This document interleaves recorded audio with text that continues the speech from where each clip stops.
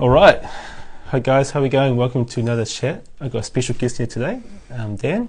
Hey. How are we going? So you want to quickly introduce yourself while we wait for Gino to Yep, pop sure. in? Sure. So I'm Daniel Falconer. I work at LOTR Workshop with Summit, and been there now 25 years. So I was part of the design team on the Lord of the Rings, designing armor, weapons and creatures, costumes, all that kind of fun stuff. And been with the company since then, working on lots of different things, written some books for us on the work that we do at LOTR on different things, all kinds of subjects, behind the scenes stuff on The Hobbit mostly, but also a bit on District 9 and the Narnia films. And now my main focus, I do still do some film work, but my main focus is at the consumer products division at LOTR Workshop, where I art direct our Lord of the Rings and Henson's collectible lines. And there's Gino. There he is. Oh, Hey man, how's it going? Guys, how are you? Looking good, man. Happy Sunday. Hang on, let me just adjust my camera here. Can you hear us, Gino? We might have to take this off. Can you hear me? Yeah, That's no good. worries. So we'll ditch the mics. Ditch the mic, can you hear us fine? Yeah, can you hear me okay? Yep, really good, really good. Good. Well, good morning. Thank you both for joining me today for a chat. We were hoping to do this before Christmas, but now we get there. Too crazy, man. It's It was a busy time of year. Families, you know, it's all about families. Yeah, sure is. Family and food. Well, it's great to see you guys. It's great to see you, Dan. Haven't seen you in a while. Yeah, you too. It's been a while, man. Yeah. Congratulations. We all work in the same city, live and work in the same city, but you know, we're all in our little pods doing our own thing. So, yeah. We've all been really busy, I guess. Yeah, congratulations on your wedding anniversary. Oh, thank you very much. Yeah, it was the other day. Yeah. Very good. All right. So anyway, let's get started. So the reason we were doing this one here because to talk about the anniversary of Lord of the Rings for 20 years. Yeah. Also, both you guys were quite heavily involved in that. You want to just give a brief story how you got into LOTR, into Lord of the Rings? You want to go first, Dan? Yeah, sure. So, I mean, Matt, for me, a lot of it's a case of right place, right time. I was doing I always loved Lord of the Rings ever since I was introduced to the books by my mother when I was like 12, and just been a mad geek for that world. But then I happened to land a job at LOTR as part of their new design team. We're all really green, all really fresh. Most of us had almost no film or TV experience. I was straight out of art school.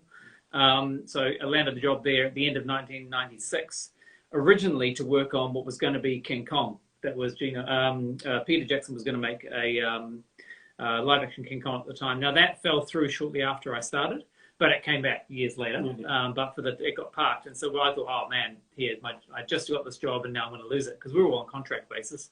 You know, we were just there as the work needed us. But instead, Peter said, no, don't go away. We've got some other work. And Richard was like, just hang around. We've got more work coming. And so the next project that came along that Peter Jackson launched into was actually The Hobbit. And he's like, we're going to make a live action version of The Hobbit. The plan is we're going to do one Hobbit movie. And then if that goes well, we'll do 2 Lord of the Rings movies. And I'm like, oh man, I'm in the perfect place because I love that world, right? You know, that's just, that's my jam. As it was, the rights on The Hobbit were kind of complicated. They were split between a couple of different companies. It was the distribution rights that were the issue. So that meant that starting on The Hobbit was kind of tricky for them. So the studio instead, which the studio at the time was Miramax, they said, no, actually it'd be better if we actually start on the Lord of the Rings. And then, you know, later on, if it goes well, we can go back and do The Hobbit. And so that's what we did. So I'm like just pinching myself because I'm like, here I am, brand new to the film industry, working on the project that I always dreamed might someday happen. And here I am on it. So yeah, it's pretty wild actually. I feel incredibly fortunate that opportunity happened. And then Gino came aboard not long after we started, about a year into it or so, maybe not even that, 6 months into it. Yeah, it was something like that. I mean, for me, it was what had happened was I was working at a company in Los Angeles called K&B Effects with Howard Berger and the guys. And Howard said that he had this friend in this place called New Zealand, and it was Richard and Tanya, and they owned a company called Weta.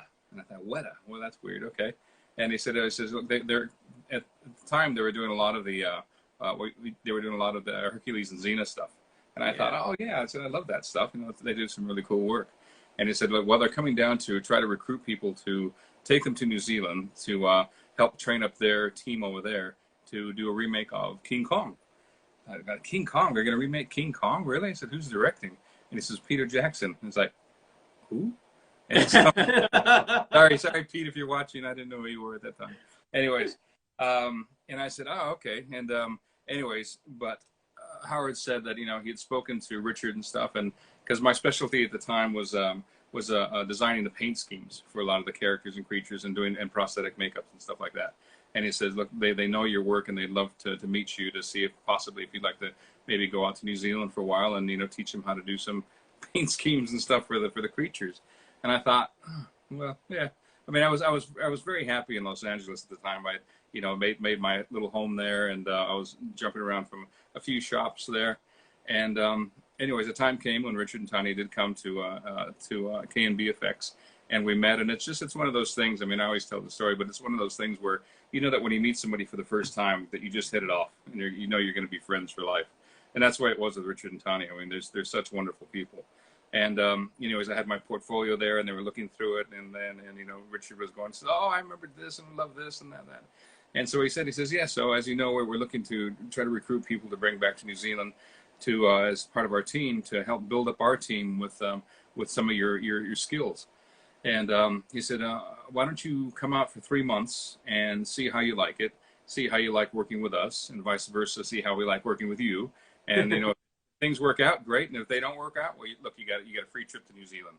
And I said, all right, well, how long's the flight to New Zealand? And Richard goes, it's about 4 hours. And I thought, good.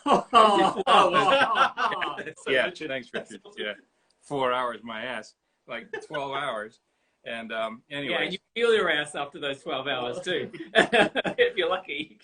Anyway, so I was at the time I was working on a movie called Spawn over there, K&B Effects, and we finished that up, and I kept in touch with Richard and stuff. And by that time, I had moved on to work on Godzilla with Patrick Tatopoulos and his crew.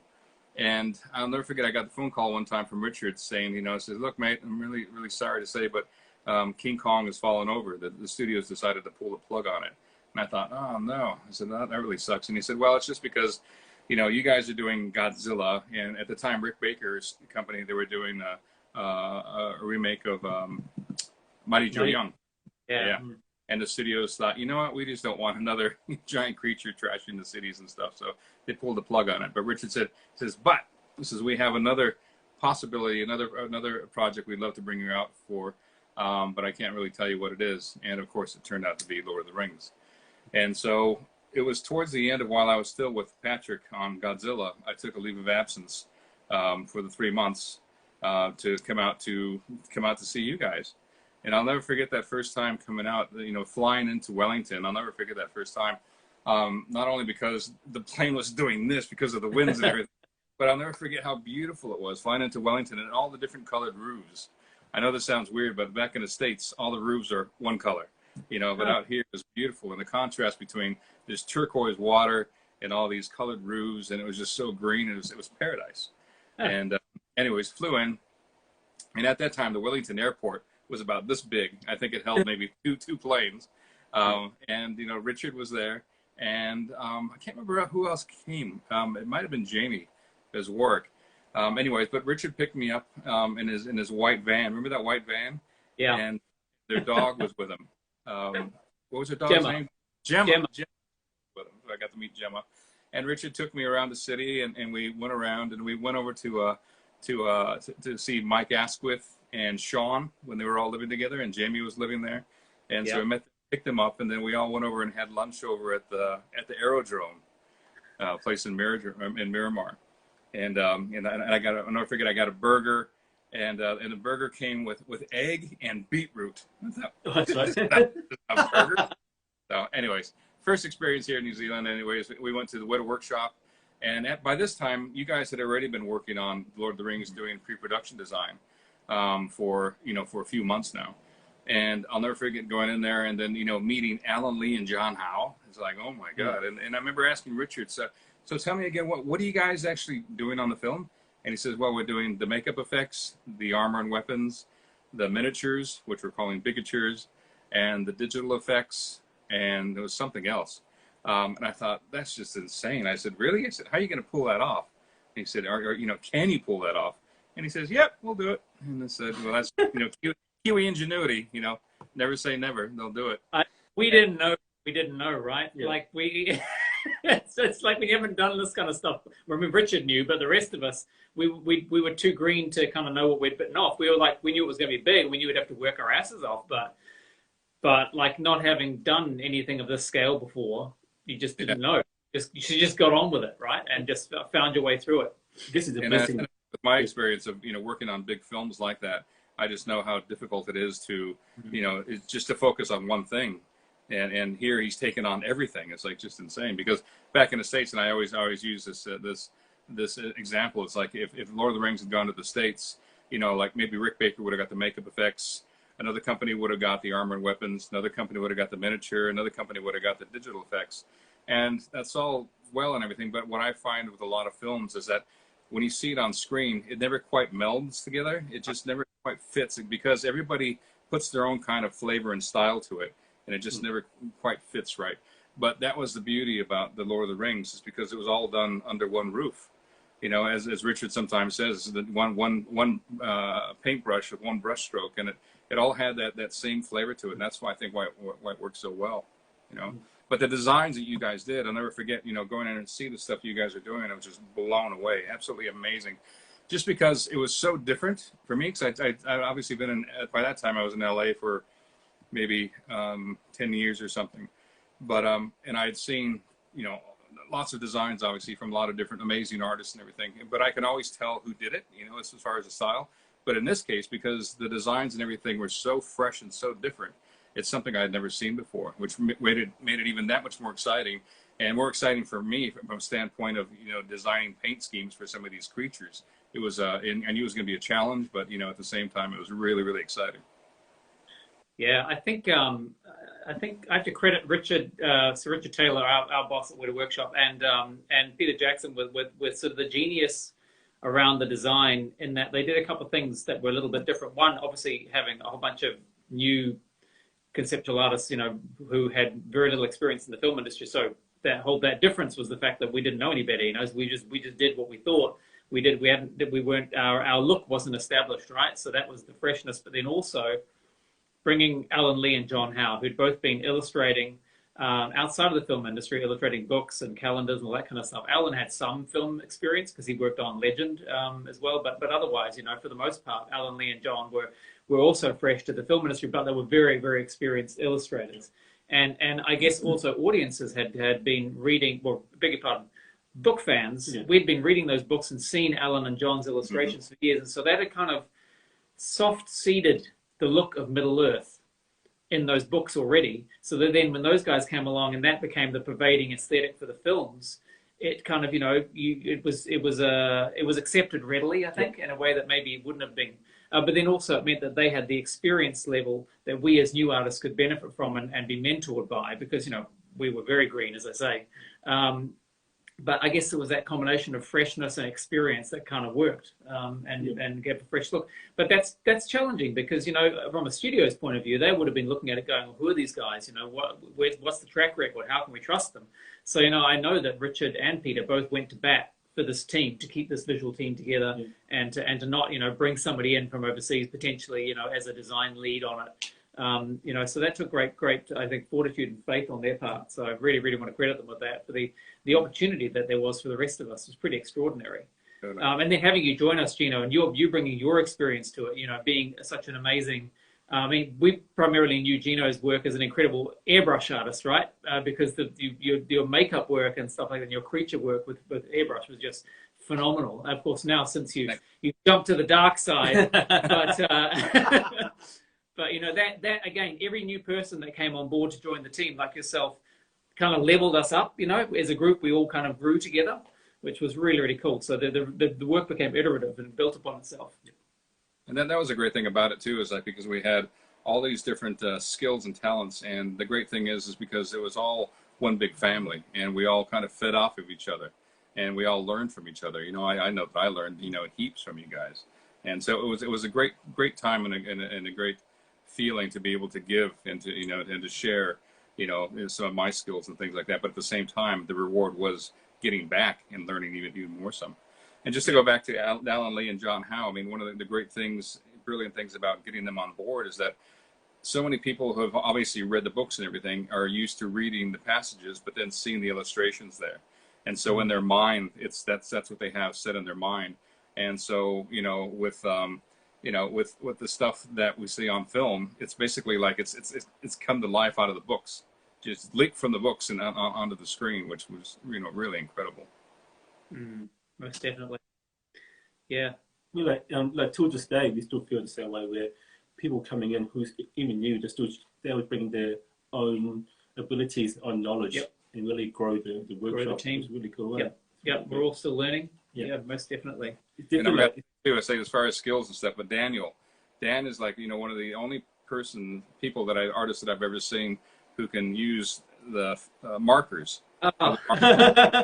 Before Dan even knew about Photoshop, he would always, all this stuff was, you know, done by hand and illustrated. But his color marker work was unbelievable. It's like, I don't know how the hell you did it, but his work looked like it was done with an airbrush, but they're done with markers. I don't know if you've ever used a marker, but you do that and you get streaks and lines and things like that. You know, it was really incredible, Dan. Oh, thanks, man. I appreciate that. I haven't actually. Most of Lord of the Rings, we were working physically, you know, and just drawing with pencil and then coloring with markers and stuff like that, as you say. But that changed at the very, very end. We had one Photoshop computer, which Sasha Lees was kind of our Photoshop artist in the design department. But then towards the end, we all started to use it as, you know, get more machines and use them as well. But to begin with, it was all pencil and paper, all very analog. Yeah. But yeah, man, I haven't picked up a marker again, and it's probably been shame. No, I tell you what, my eldest is 17. And they want to do this for a career, and they've picked up the markers, and they're amazing with the markers. So you know, the torch has been passed. Nice, good one. Also, being a fan of Lord of the Rings, I got all the books at home, all the art of books. Oh yeah, and I love all the drawings, all the pen drawings. You know, they're so cool. I mean, I look back at a lot of those, and you know, we were all, because we were all so new and inexperienced, and you know, a lot of those drawings are pretty rough. Like I look back at them and I cringe a bit, you know, as you all do when we look back at stuff we've done 20 plus years ago. But I do look at them and go, you know what, even when the drawings were rough, there were ideas there that had merit. And I guess the ideas transcend. And that's the thing about it being, with the workshop having taken on so many different things, we weren't drawing in isolation, you know. The leather room was right next door. The guys making the armor and weapons were right next door, you know.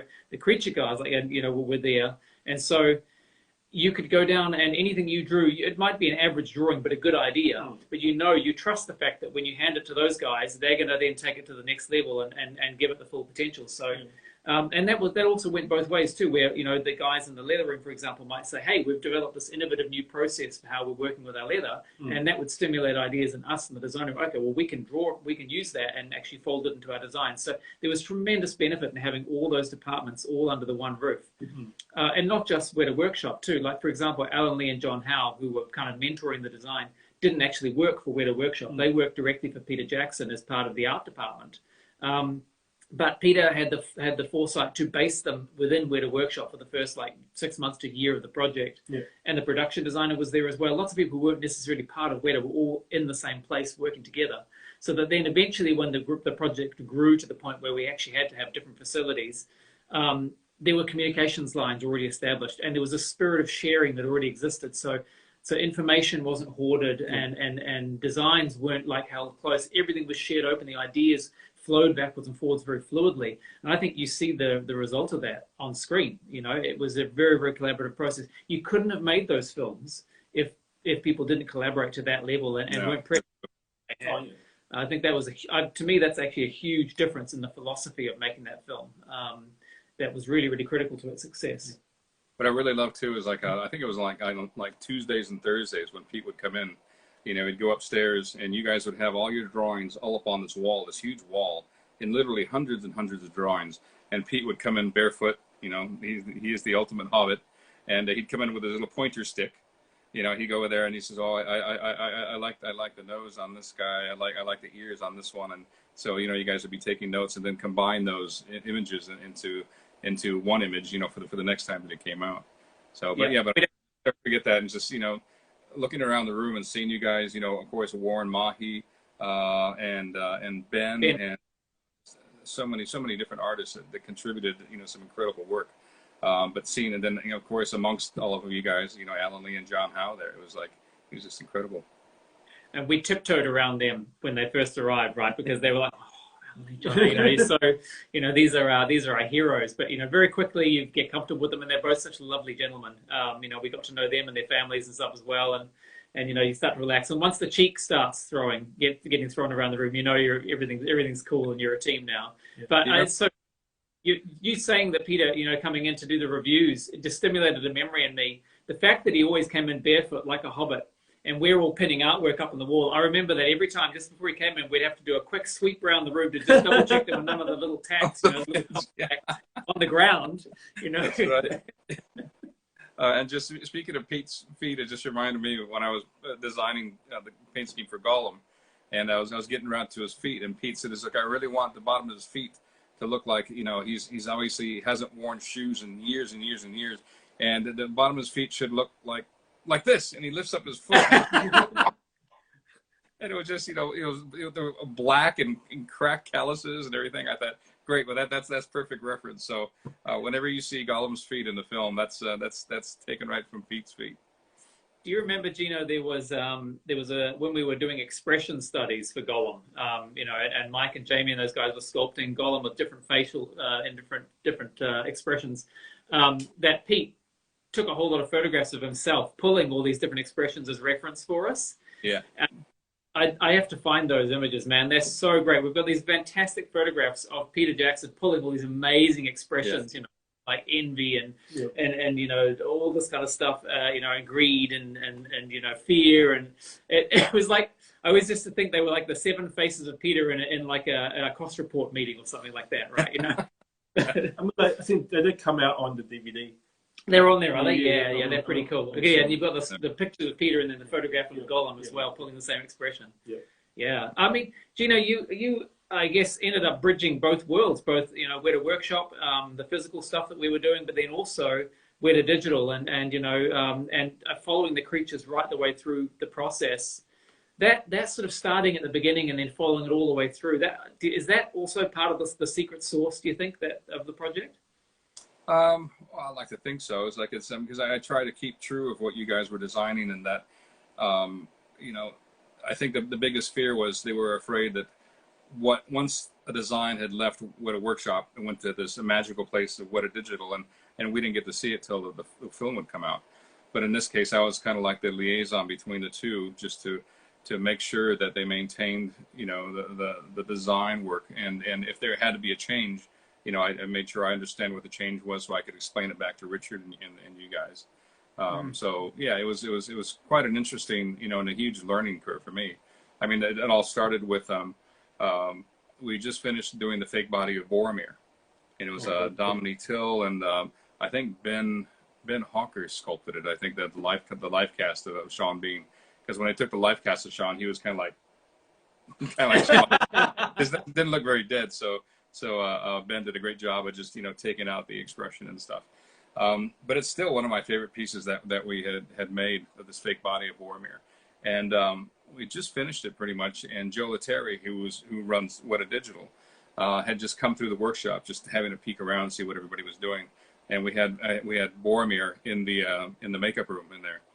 And Joe came in and he says, "Wow, this looks really real." It's like, you know, the skin just looks so realistic, and all the detail and the veins and everything is. And he said, "How did you get the skin to look so real?" And I said, "Well, part of it is the base material, which is the silicone material, which is very translucent like our skin. And so that's kind of half the battle. But then what I do is that I airbrush everything on top of the skin, and I've just got techniques of doing a lot of layering to make it feel like, you know, the veins are sitting, you know, quite deep, and the capillaries are up towards the surface, and just it's kind of like an illusion thing that helps make it look even that much more translucent." And he said, and Joe said, he says, "Well, you know, you painted a a bust of Gollum, which was one that Jamie sculpted. It was just like a little bust about, you know, that big. And we cast 3 of them, and I painted 3 different skin tones to them for Pete and Fran and Philippa to pick from. And they picked one particular style, which was very pale and very veiny and everything, because Pete said, you know, he wanted Gollum to look like, you know, he's obviously lived in this cave for hundreds of years, and just, you know, with no sunlight or anything like that, so very translucent. And so Joe said, he says, well, you know, we've got that bust, but the texture artists are having a really hard time trying to mimic what you've done on that. And from you just explaining your process of what you did on Boromir, and I think a little light bulb came on in his head. He says, you know, how'd you like to learn some texture painting? And I said, does that involve a computer? He goes, yeah. And I said, no. I said, thanks very much, Joe, but I'm happy with my airbrush and my paint fumes and all that stuff. And he says, no, really, come on, give it a try. I said, look, you don't even have to leave your office. Well, we'll bring a computer to your office, and we'll have a texture artist come over and teach you. And then maybe in trade, what you can do is that you can train them on how you physically airbrush. And it's like, I don't know. And Richard was there. And to this day, I think Richard regrets this. What he says, oh, come on, mate, give it a try. It's like, I said, all right. So I hemmed hard and said, okay. And I just, you know, I couldn't wait for the day. I was so anxious about it. Anyways, I set up a computer in my office upstairs, and they had a texture artist. His name is Sergei Neshipov, you know, Russian. And at the time, Sergei, and he's a dear friend, and he's still working with us at What a Digital. And Sergei's English is not so good at that time. So I'm going to this is great. So I've got this guy who doesn't speak great English. He's going to try to teach me all this technical stuff. And so anyways, we go at it. And, you know, I had a bust of Gollum in the computer. And it was painting with this program called Studio Paint, which was part of Maya, I think. Anyways, so the hardest thing for me at the time was trying to get used to the hand-eye coordination, because I was having to paint on a Wacom tablet. But then, you know, the Wacom tablet's down here, but the screen is here. So he wasn't painting exactly where you would normally paint. So once I got over that, it became, you know, pretty easy. But there was obviously the challenge of the technical stuff. And, you know, I'd ask Sergei, I said, so what happens here? What's this button? Go, don't push that button. It's like okay. So, but once we got past that, it was pretty fun. I really got into it, and it was a lot of fun. And that was kind of the whole start of it, because at the time they didn't really have a creature art director at What a Digital. So as I said, I kind of became the liaison, you know, and I would design the paint schemes on the physical models at What a Workshop, and those would get photographed and sent over to What a Digital. And so I would help the texture artists over there, just you know, just to help them paint the stuff. So talk about difficult stuff. What's the most difficult design you had to do for, say, a character that you like? Oh my god, 3 or 4 goes to get this character. Oh man, 3 or 4 would be awesome. Most of the time we would do 400. Occasionally we'd knock it out in 3 or 4, but most of the time it was hundreds of drawings and sculptures and whatever. I think the hardest ones were the earlier ones, because at the beginning we didn't yet have our full appreciation of the aesthetic of the films. You know, Peter had some sort of touchstones that he would tell us, you know, I want you to look more like historical epics, not so much fantasy, that kind of stuff. But we hadn't figured out exactly what the look of the film exactly was going to be. And so those first ones, we would, you know, you really were trying everything. We're throwing all kinds of stuff at the wall to try and get it to stick. So the first designs to do were the cave troll was the first creature. And then the first suits of armor were, I think, the elves and the Uruk-hai. So trying to figure out what those were. Once we kind of got them, so once we had like a good guy and a bad guy and a creature, it's like, okay, then you can start to sort of see what it looks like, what this world's starting to look like. And then you can sort of build from there, knowing the rules, you know, not too far this way, it becomes too fantasy, not too far this way, it's too, you know, too plain, whatever. So I think for me, it was those first ones, just trying to nail those. And also because it was the beginning of the process and we were all on such steep learning curves. But, you know, like, so to be able to design armor, you've got to understand how armor works. The first suits of armor that we were all drawing before Alan Lee and John Howe joined the project were, you know, they were fine, but they were straight out of a Dungeons and Dragons book, you know, because that's what we grew up reading. We didn't understand how armor worked. We just drew what we thought looked cool, you know. So then John Howe and Alan Lee came on board, and Alan has a wonderful classical sensibility, and John is very, very knowledgeable about actual real armor weapons, because, you know, he used actually, he actually owns armor and he dresses up in it and does reenactment and that kind of stuff, you know, so he knows the stuff. And his thing was, you need to understand how it works. Yeah. I want you to study it. And so we had to then, not only were we were improving art-wise, but we were also trying to understand and learn the physical properties of what it was we were making. To understand armor, you need to know how people are going to move in it, how they're going to fight in it, that kind of stuff. And so it really changed our thinking. We started thinking about how these characters were going to move, and then that would dictate what weapons they would use, would dictate what armor they would wear, all that kind of stuff. So it was, yeah, man, it was amazing. It was really cool. But we were like, it was very different than just sitting down and I'll draw a pretty picture. Yeah. It was like, no, understand what it is you're drawing. Hit the books, and we had a big library of research materials and texts and stuff like that we would look at. So that was very, very helpful. So no, that was cool. But, you know, John would say things like, you know, right, we draw a character, and to make it look cool, give it an aggressive silhouette, we'd give like big spikes on the shoulders and stuff like that. You know, it's one of my favorite examples I bring up, because John's like, okay, so what happens when you lift your shoulder up, you know, to swing your sword, and that spike goes straight into the side of your head? Like, it makes no sense. Yeah. Looks cool in a drawing, but it doesn't make sense. And in this movie, things are going to be moving. They're going to be fighting. Yeah, okay, true. Yeah, you got to think about that kind of stuff, right? So it massively improved our design skills for all of our team, you know, having those guys come on board and tutoring us and that sort of thing. And then having the actual physical stuff to pick up, put on, move around with, and go, oh, okay, I get it now, I understand it. And the same goes for creatures, you know, understanding their anatomy, all that kind of stuff as well. Really, really critical. Yeah, yeah. And then that's really interesting, because I remember seeing, you know, back in the early days when you guys are first getting started, of seeing some of that Dungeons and Dragons kind of stuff, which I was a huge fan of as well. And, you know, my design work was like that, with just, you know, big silhouettes and, you know, giant Warhammer kind of stuff and all that. But then, but the practicality of it was just, you know, it's not going to work. But then seeing you guys, you know, finessed all that kind of stuff, and you could see this transition in the maquettes and everything that you were doing.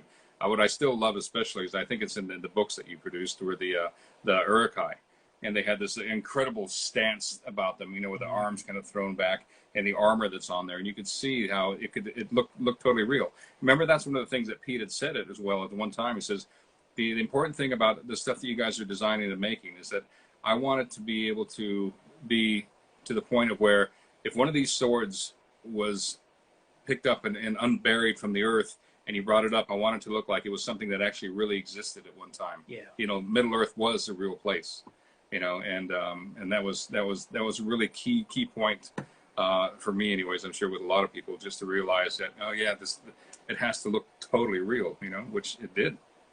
I think that ties into the philosophy of Tolkien too, you know, and that he was writing Lord of the Rings as kind of an alternative mythology for Europe, you know, or even an alternative history in a way.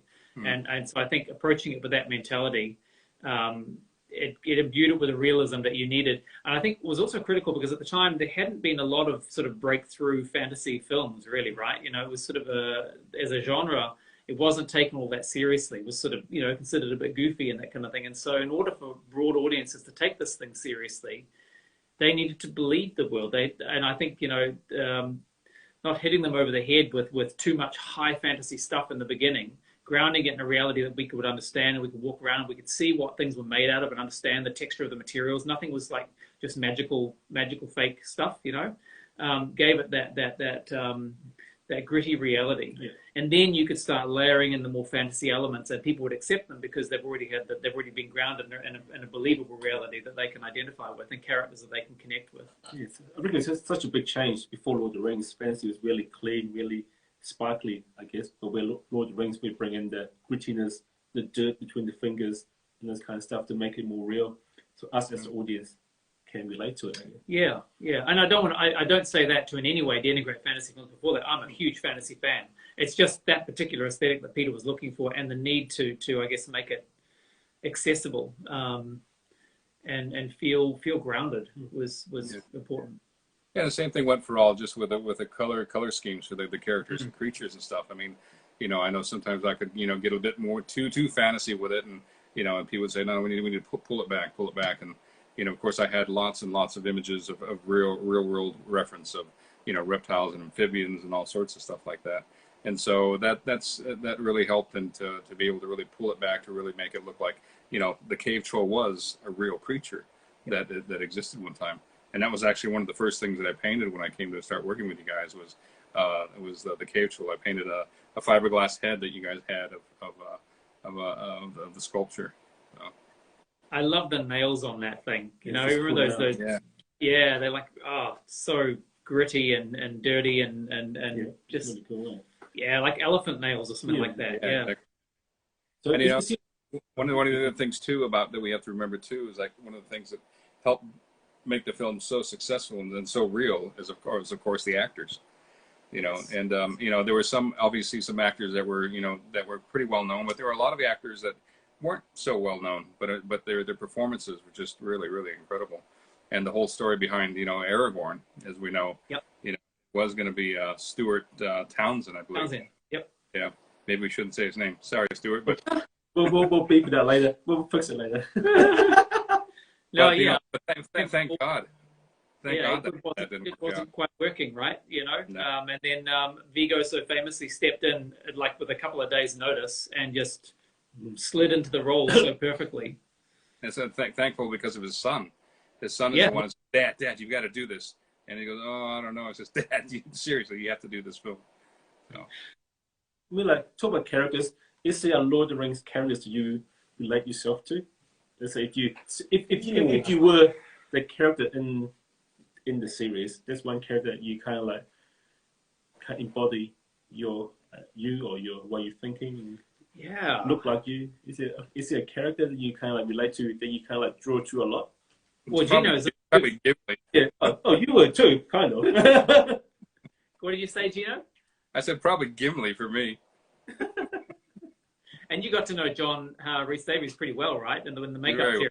Yeah, you can't help it when you work with an actor for that long. You know, work with them, this far away from their face every morning. Dominique Till and myself got to know him, too well. But Gino was in the movie. Gino literally was a dwarf, right? Oh, was a dwarf as well. Yeah. Oh, Gino's one of the dwarf. Oh, There he is. Look at yeah. that. Oh, that's awesome.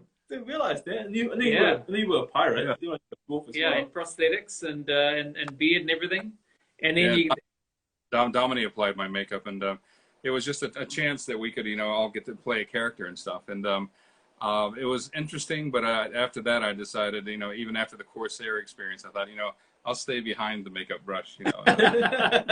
yeah. See, But it was so the good thing about it was wearing the prosthetics, and I think every prosthetic artist should have a chance to wear prosthetics, so they totally understand of what the actors have to go through. It's not a great experience, and that the actors that wear prosthetics all the time, so hats off to them, who can make it really come alive. But I mean, for me, it was just I hate sticky things, and I hate when I'm a pretty clean makeup artist when I'm applying the makeup. But it's like, Dominique applying the glue on my face. It was just like, oh. And then put on the beard and all his hair is like in your face itching. It's like, oh, it was really, wasn't the most pleasant experience, but it was an incredible experience, So it was what? It was like nose, cheeks, forehead, ears, the whole works, right? So pretty much It all was- the It was your eye. it was all one big facial piece. Wow. It came down like this. And the only thing that's really me on here, I'll bring up the picture again. The only thing that's me are obviously my eyes and my lower lip. Right. Yeah, Wow. and even the ears were all prosthetic as well. Yeah. Huh. So I was lucky enough to be a dwarf as well. So Warren did my makeup as a dwarf. And having the ears on is you get that muffled kind of sound. Right. That was so weird, man. I was like, I don't like this. I don't like this. And then you came back as one of the Corsairs of Umbar in the third film, right? Yeah, and that was another chance. It was just for all of us to have our little cameos. And there's a great thing on YouTube. If you put my name under YouTube under cameos, there's this whole behind the scenes thing. Because at the time it was Peter Jackson, Richard Taylor, myself, Rick Porras. Rick Porras, and Andrew Lesney, who Yeah. was our DP. Bless him, he's passed away now. And also there was one other actor, Peter Dove, he was the only real actor there. The rest of us were just, that shouldn't have been there. But it was really funny because it's like what had happened was there's a scene where the camera comes across the boat like this, and Peter says, I want you guys to be really fearsome and really because you see Aragorn and everybody, and you see the army of the dead start to come up. And so we did all this and said, and Pete would go off the ship. We had this amazing ship. Pete would go off the ship and go check the cameras and check the replay. then he'd come back and he'd give everybody notes and stuff, and then he'd go, Gino, what are you doing with your teeth? And I said, well, that's my kind of fear attacker. And he says, that just looks like you're smiling. Keep your mouth shut. Like, all right, no problem, Pete. So in the film, I'm just like, yeah. He's a strong, silent type. Yeah, just a straight face. I tried to get cameos in there. I thought it'd be fun. So I first tried as an elf in the Two Towers, and I got it. Actually, there were a couple of scenes that were shot on the same day. One was the elves leaving Rivendell when Arwen is being sent off to the ship by Elrond, and I got to be one of the. I'm one of the silhouettes of the elves holding a lantern. I can't tell you which one I am, but I'm one of them walking off. You know. And then they also said, okay, we need 5 of you guys to come with us. And they picked 5 of us out and said, right, we're going to put you in armor. You're going to be elves at Helm's Deep. Yeah. So that was great because I had a lot to do with designing that armor. Yeah. So it was really, really fun. Again, like you said, it's really important for makeup artists to actually wear the prosthetics sometimes. I got to actually wear the armor. I'm like, oh yeah, this is uncomfortable. And I can't lie down, you know. So anyway, so I got to be an elf at Helm's Deep, which was really, really fun. And they had this whole scene where they lined us up on the Deeping Wall, and the scene was we're all going to be lined up there on the wall, and it's going to be raining, and then Aragorn's going to walk in front of us, and then he's going to deliver a speech or something like that. And they line us all up, and they're lining the cameras up. I'm like, oh man, I'm like right. The camera's right. I'm going to be in shot, man. I'm going to be right there in the middle of the shot. This is going to be so awesome. Yeah. And then they bring Viggo on at the end, right before they're getting ready to shoot. And they're like, okay, Viggo, you stand right here. And it's like, right. And I'm trying to peer over his shoulders, you know. So we had the scene. He was right there in front. So you can just see like a crest of my helmet over his shoulder. Luckily, there was another shot later on where I actually got to be, when Aragorn yells, in the extended edition, he yells, you know, to fire arrows at the Uruk-hai that are running up the causeway. Yeah. I'm one of the elves standing next to him, and I get to fire my arrow. That's cool. So that was kind of cool. And then I tried again later on. So 10 years later, we're making The Hobbit. And I'm thinking, oh man, I could be an elf again. I'm going to give it a try. Yeah. And so I bothered poor Liz Mullane, who Gino, of course, knows very well because she's married to her from casting. And she was like, yes, you can come and be an elf. That'll be fine. So I got to be one of the elven extras, one of the Mirkwood elves. These are the hunters that Tauriel is leading who captured the dwarves in Mirkwood. But I showed up, and I'm feeling pretty good about myself, you know, as I walk on. I get to, you know, because, you know, you're an elf. Elves are pretty cool, right? They strut around, you know, they you know, they're nice long hair, and they look cool. And I walk on, and everybody else there is like, you know, between 18 and 22. And I was in my mid-30s at the time. Yes. And then I was like, oh, okay. And then they put us all in costume, and I look at myself in costume, and I'm this sort of slightly chunkier, slightly more wrinkly elf, and I'm like that. So suddenly I wasn't feeling so great. I looked. Well, what experience? Yeah. But so they march us onto set, and there's 30 of us, and they're like, okay, we want you. You're at the back, and your hood is up.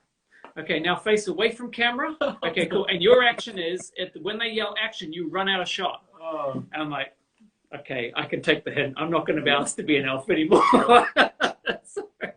Well, with my bit in when I was the dwarf, it was for film 1, and it was when they talk about the rings going to the dwarf. Oh, that's cool. And so Rich Mayberry was there, and Zonder were all dwarves and everything. Anyways, but then they start panning around like that, and I was right next to Rich Mayberry, who looked amazing. And just about coming up to me, you see my shoulder, and then Pete cuts. It's like, no! So maybe someday in the extended, I'll be there. Yeah. We need like a 25th anniversary edition, you know, super cut with all that stuff. Yeah. Exactly. Everything on there, nothing on the cutting room floor. Everything's gonna be in there. 5 hours long. Oh yeah, incredible times. Can't believe it's been over 20 years. That's a crazy thing, right? You know, we started on, it's not, to 2022 now. We started on this in 1996. Was it 97 for you, I think, Gino? Is that right? Yeah. So, 25 years is crazy to think, man. So what's it like living with that for you 25 years? Dude, it's changed my life. I'm so grateful for the opportunity.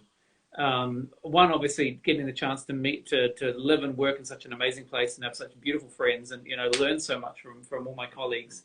But then 2, you know, these films thankfully, I mean, we all work on films, but you don't. Every now and again, something comes along that actually like really connects with people and has the long tail like the Lord of the Rings has had. So I feel so lucky to be involved with something that one, I as a fan love so much, and then get to extend my stay with those films for 20 years now. Working on books and collectibles and that sort of thing, going to conventions, talking about it with other people.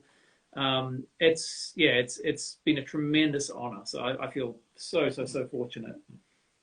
Yeah, I feel very much the same way. I mean, it's talk about a life-changing experience, and I'll never forget of even being a little bit hesitant about even taking the job back in LA because I was so happy and back in LA. How's that 3-month trial going, Gino?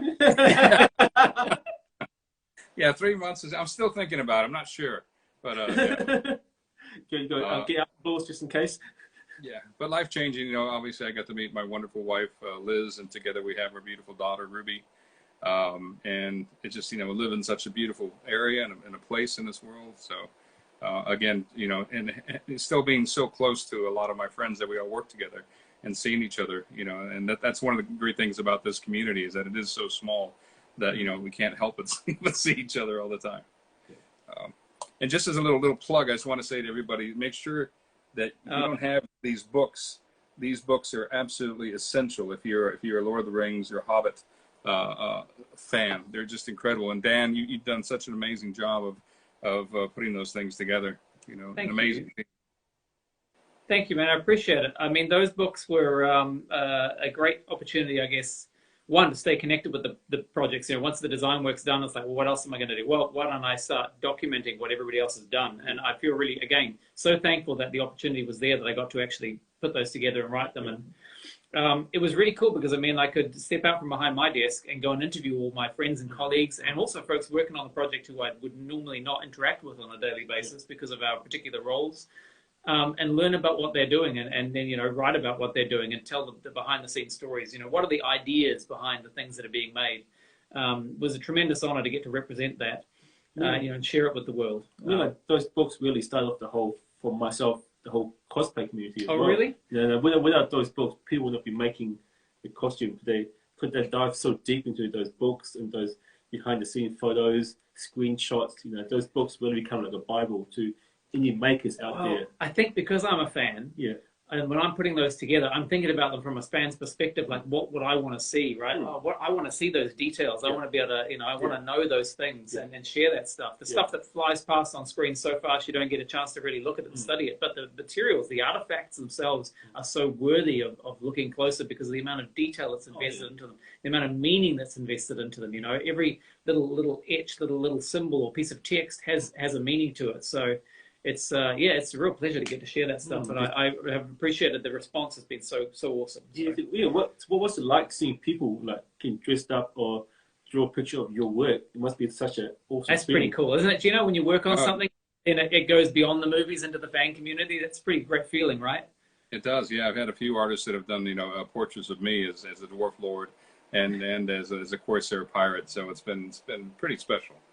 I love it when it's amazing to me when you sit at the office and you draw something one day, and it's great when the director picks it and says, yes, I like that enough that I'm going to put it in the movie. And then it gets, so for example, Sting, the final version of Sting that's in the movie is one of my sketches. So incredible that happened, that it goes down to a master swordsmith who then makes the most beautiful artifact, the most gorgeous weapon based on a little drawing that you spent, a couple of hours doing. That then ends up in the movie, and you see it on screen, the light plays across it, you see it in action, and it's like, it takes on a life of its own. And then, you go out and you can buy a replica, a toy version or a high-end replica to hang on your wall. And you go to conventions and you see people dressed as the characters and they've got them, on their side and stuff. And it's like, man, it's amazing to think that started as a little drawing all those years ago. It's humbling and gratifying all at the same time to see that. And then the thing I love about it is when people say, oh man, because of something that I saw in the movie that you were involved with, I was inspired to then go on and create something of my own and that kind of stuff. And I see a little comment there, would love a large format prop and weapon book for yes. Yes, for Lord of the Rings. Man, I would love to do that too. So I hope that that's something that we can make happen in the future. It's definitely something we've raised the subject, raised the flag of, hey, that would be a cool thing to do. Hasn't been signed off on yet, but it's something I'd love to do. It would be a similar book for Lord of the Rings. But yeah, it's the notion that we were inspired by artists, working in this sort of realm before, and it's precipitated these careers for all of us and the opportunities for us. But then that we can then in turn inspire other young artists. Yeah. I never get tired of hearing those stories, and it's cool. That's great. Yeah. Just a quick shout out to my friend Aaron Palmer out there. Aaron, she says that we haven't aged. Well, prosthetics, Aaron. Not too closely. It's all filters. It's all, yeah. We put makeup on before we come on there to show high production stuff. I think I saw Rob Freders pop up the. What's that? Sorry, Gino? Sorry. No, I said one of the things that I still love doing is just going on YouTube and looking at all the behind the scenes stuff. Because Michael Pellegrin did such an amazing behind the scenes stuff. It was just really incredible. I mean, you can see it now that the hairs are standing up on my arm. It's like it's just remembering some of the stuff. It really takes you back. Some of those experiences, and I just flash back in my mind the time that Boromir gets killed by Lurtz. Yeah. And he gets shot with those arrows that were like, basically like broomstick handles. They look big. Yeah. But we were sitting there watching that us on set behind the cameras and watching the monitor, and it was just such a powerful moment. It was just incredible. And then I'll never forget that when we went to go see the rushes and stuff, Pete had spent a little bit of time and he put some music to it, but he put the Braveheart music to it, and we were all watching it just going, "Wah!" just bawling our eyes out. It was just incredible stuff to see. Yeah. That was the moment. It was that screening of that footage, because I think that was the footage they took to Cannes, wasn't it? Yeah. And so that was the first time any of us had sort of seen some finished footage edited together, well, for me anyway, with some temp score and sound effects and that kind of stuff. And you suddenly started to get a sense of what this film was going to be. That was the moment that I was like, oh, wow, this actually genuinely could be something really, really special. We'd all hoped it would be, but that was the moment you're like, I think Pete's actually going to stick the landing. I think this is actually going to be incredible. And you dared to hope at that point. Yeah, so it was pretty awesome. It must be crazy to suddenly get that look. Oh my God, we're doing something awesome here. It must be such a. Obviously, you guys were you guys were having fun, enjoying yourself. Then suddenly hit that mark where you're like, holy smoke! Does the pressure comes on even more when you realize it's going to be awesome, and you have to make sure you keep the momentum going. Yeah, I suppose. Yeah, and when that first film came out, because of course we all work in our little particular area, right? Yeah. And you have a certain amount of visibility about what the project's going to be like, but there's a vast amount of stuff that you don't see, the work that other people are doing.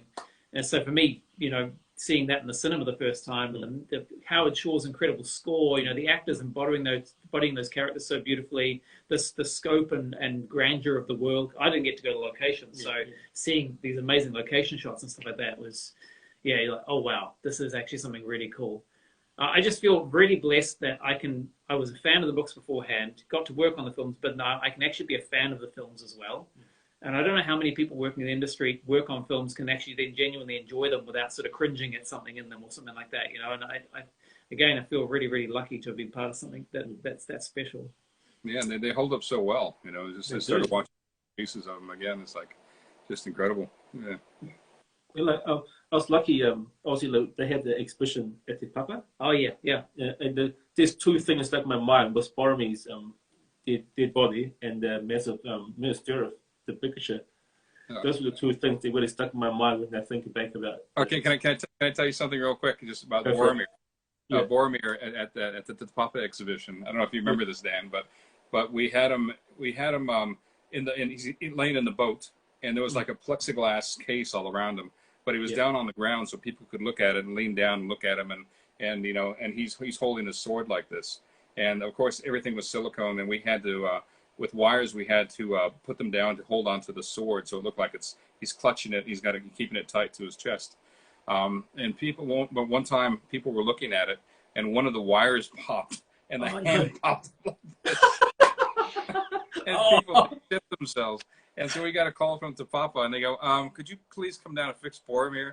It's giving some people a heart attack. And so we had to go back and and retie the hands down again. But that was very funny. Did, Sorry. did Sean Bean ever play a prank with someone?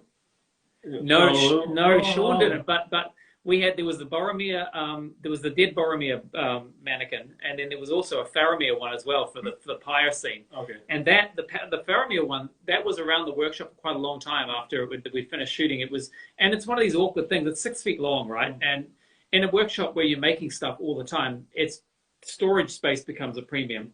And so this Faramir body would get moved around all the time, right? And it was just lying there with a sheet over it, sometimes with the head exposed, but it would get moved around the workshop, put new places as people are like, I need that space, can we move that over there? Yeah. And I remember one time having a conversation with a security guard who used to come around the workshop at night, and he'd just walk around doing his rounds, in the dark with his torch and stuff like that. And he said, that frickin' thing, he said, just about give me heart attacks so many times. He said, because it's always in somewhere different. Like you never know when you're gonna come around a corner and there's this body lying there. So. That's awesome. But we should have pranked somebody and actually had somebody lying there and sit up or something, right? That'll be so good. Well, with the Faramir body on set, I'll never forget that I wasn't there on this particular day, but somebody told me that it was one of the people from catering were going around giving everybody drinks, and they went up and they offered Faramir. Would you like something to drink? Excuse me. Would you like something to drink? Oh, that's hilarious. That's awesome. Dean Preston. Hello, Dean. Yeah, it just show how good you guys did on those props. I mean, like there were an artifact. Well, it's Gino's paint job on the skin, man. Yeah. It reads like skin. You could see the little capillaries and everything. It's extraordinary. It's so lifelike. Yeah. Thank you. Well, Doing the paint jobs on, I mean, I love my monsters and creatures, but doing the human stuff, I think, is still my favorite because it's the most challenging. Just Right. because we all know what we look like, and to get that looking right, even when you're doing a makeup, whether it be a nose or something subtle on the skin, if something's not quite right on it, from the everything from the sculpture to the painting, it takes the audience out of the picture. So it's a real challenge.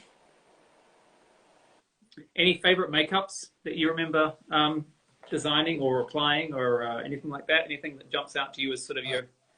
It's again, there's so many, but I'll never forget the first time that I was putting on noses on Ian McKellen and Sir Christopher Lee. Oh wow! Christopher Lee one was incredible because for me, Christopher Lee was, I really don't get starstruck per se, but Christopher Lee for me as a kid, this was Dracula, in the old Hammer films and stuff. And so meeting Christopher, I'll never forget meeting him the first time in the makeup room. Some actors have this persona about them. It's like they have this aura around them and everything. And I think definitely, Ian McKellen and Christopher and even Kate Blanchett had that about them. Just really incredible. But I swear that when Christopher, came into the room, he didn't walk; he just floated. And he had this incredible booming voice. And I was putting on his nose, so I explained to him because we had this little kind of hook nose that I think Mike Asquith sculpted and did a beautiful job on it. And I was explaining to Christopher, I said, so, I've got this glue, and he goes, I know all about prosthetics. Do you realize how many films I've done? And I said, oh, yeah, no, sorry, yeah. And anyway, so I'm putting on this nose, and I've got like a sharp pair of tweezers and a little bent brush with glue on it. And the thing with Christopher is like he loves to talk, and he's got this incredible memory. At that time, he had done over 300 films. And I swear he knew the catering people from film one. And he would tell me all these different stories. And the thing is, some people can talk and they can stay still, but Christopher, and so when you're trying to glue this delicate piece on, it was like trying to glue this nose on. Plus I had these sharp tweezers, and I've got this photograph where there's like beads of sweat all over my forehead. I'm shitting myself because I'm thinking, Gino, don't poke him in the eye, don't poke him in the eye, don't poke him in the eye. And but finally got his nose done, and that was really incredible. Another time with Christopher is Dominique and I had made him up in a trailer. It was actually the first night of filming, I think it was, when they were chopping down the trees. You remember that? In Isengard, yeah. Yeah, like half the crew out there, right? Yeah. Yeah. And we were in the trailer. It was like 5:30 in the morning, and it was still pitch black outside. And just about to start Christopher's makeup and on his nose, and then the power goes out. And then we're just like, uh-oh. It's like, crap. All right. And then it's all quiet. And then I said, "Hey, Dominic." She goes, "Yeah." Says, "Do you realize that we're in a room with Dracula?" And then all of a sudden we hear this. That's awesome. That was great. Never forget that. He's such a wonderful man. He really did have that presence, though, didn't he? Like you mentioned it, that starstruck thing. I had this exact same story. Christopher Lee and Kate Blanchett were the two actors that, like everybody else, you meet them and, "Hey, how's it going? You're nice to meet you," sort of thing. They walked in the room and it's like the temperature in the room changes. Yeah. Like yeah. there's this presence that they project when they walked in. They have this power around them.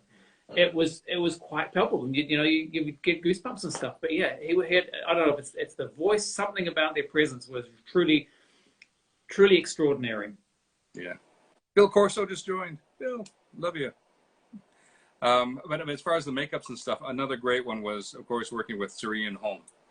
It was just incredible, and especially the old age makeup that we did on him with Dominique Till and Marjorie Hamlin, another prosthetic supervisor who was amazing, and Deb Watson.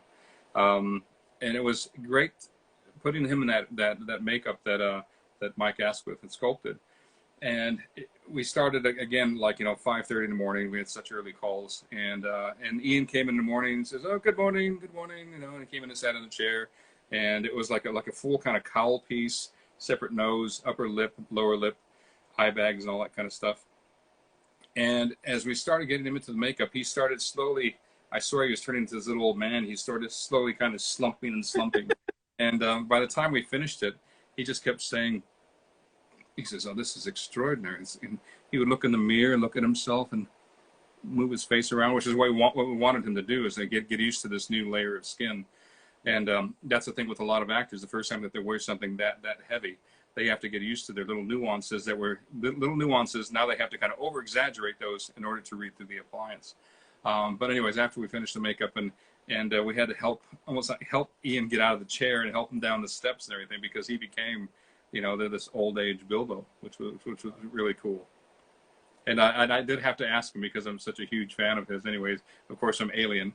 I had to say, I said, "Ian, can I ask you a question?" He says, "Oh my God, if I had $1 every time somebody asked me this question." And of course, the question was back on Alien. Did you know that when John Hurt, the chest burster, was going to come out of John Hurt, did you all know about this? And he said, "We did and we didn't." He said, "We had an idea because the camera and the camera crew were all covered in plastic." So yeah, that something messy was about to happen. Yeah. Wow. That's awesome. Hey guys, it's been an hour. No way, really? I feel like for me, it's been such a privilege to talk to you guys. Oh, let's do it again. Yeah, let's do it again. Yeah, obviously, like me being such a big fan of the movies and used to watch all the behind the scenes DVD, and seeing you guys in person and working with the workshop, it's been awesome. So yeah, let's do it again. Thank you. I saw a lovely comment there about the Wettercast, which was an old podcast that we used to do years ago. It was a little bit like this, an informal chat between friends talking about the projects and stuff like that.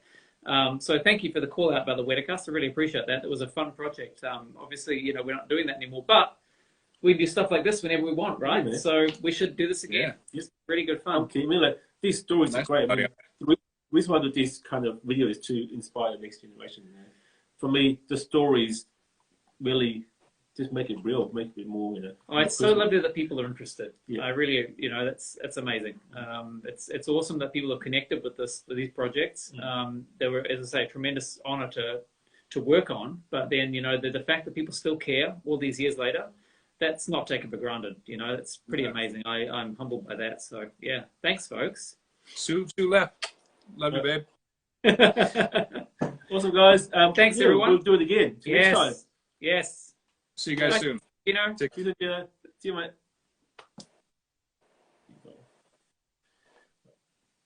Cool. Awesome, Dan. That was fun. Yeah, man. Awesome, it was really good fun. Yeah. Thanks, guys, for tuning in, and we'll definitely do it again. See you later. Take care, folks. See you. Bye.